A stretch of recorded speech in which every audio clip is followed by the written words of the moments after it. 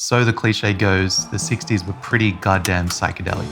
The Technicolor tones and aesthetic of late era Beatles and the Haight-Ashbury scene is usually what springs to mind when we think of that time. But out of the dying embers of the counterculture emerged an album that took its cues from the Flower Children, but at the same time pointed towards a brave new future for rock and roll.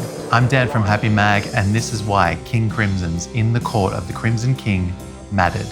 In 1970, one didn't see a record like this coming. The playing and the production and the ideas and the arrangements, everything, it's all absolutely genius, top shelf.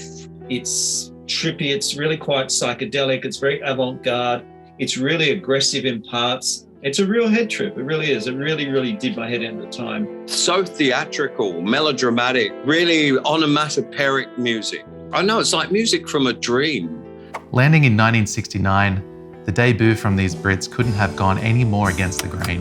A few years earlier, the album art form had been redefined by the Beatles and the Beach Boys. Complete, cohesive works of supreme pop artistry were in vogue.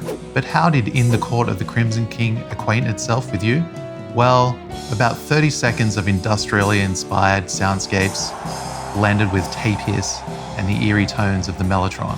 Pretty ballsy move for an opening track, let alone a debut album opening track. All this is before it explodes into the opening salvo of 21st century schizoid man, the band's excoriating response to the Vietnam War.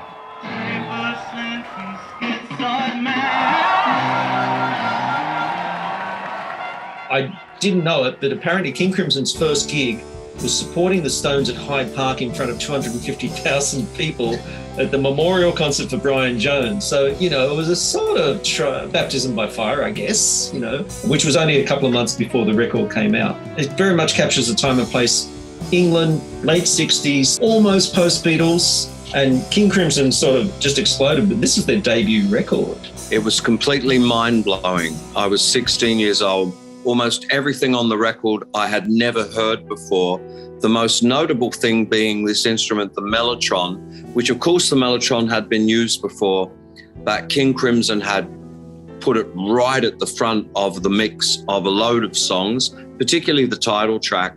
They had sort of re-recorded it and recorded it and mixed it up with the woodwinds, and it was like this, when they wanted, they could summon up this huge orchestral kind of block of sound, like "Ah!"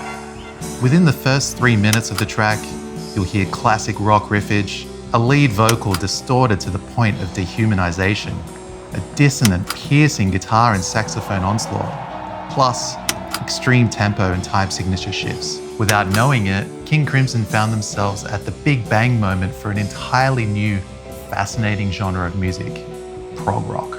And though it sounds chaotic, the band were no thrashers, consisting of guitarist Robert Fripp, drummer Michael Giles, bassist and vocalist Greg Lake, multi-instrumentalist Ian Mcdonald, and lyricist Peter Sinfield. Each contributor brought a diversity of experience to the collective. Greg Lake's vocals, fantastic. He's just got this deep, resonant voice. Robert Fripp's guitar, incredible, infinite sustain. Ian Mcdonald, who was sort of the musical all-rounder, most importantly, he played the Mellotron.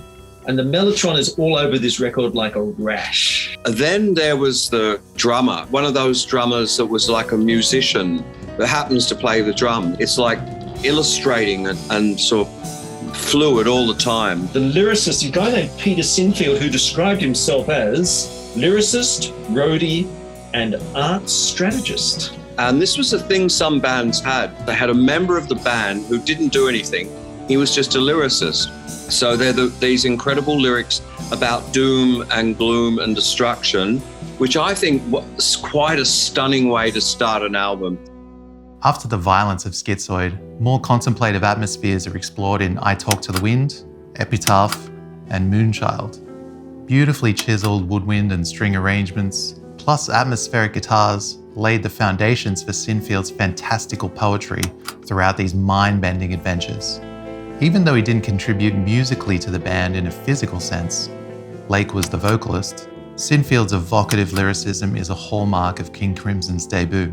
He also commissioned his friend Barry Godber to create the album's iconic artwork, Charged with rendering a visual representation of the music, plus a cover that would stand out from the crowd, it's fair to say that Gobba nailed the brief. I love this cover. There hadn't been a cover quite like it before. There were illustrations, but they were usually kind of happy or trippy or something.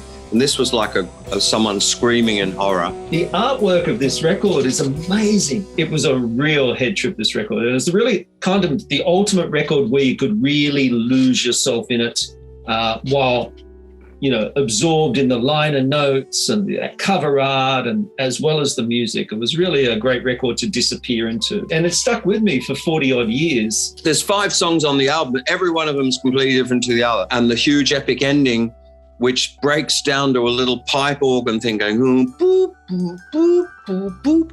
And then it all stops for a second. And then the biggest sounding drum kit in the whole world, do, do, do, do. And there's a sort of a fairground element. It's all gone wrong, like it's sickening.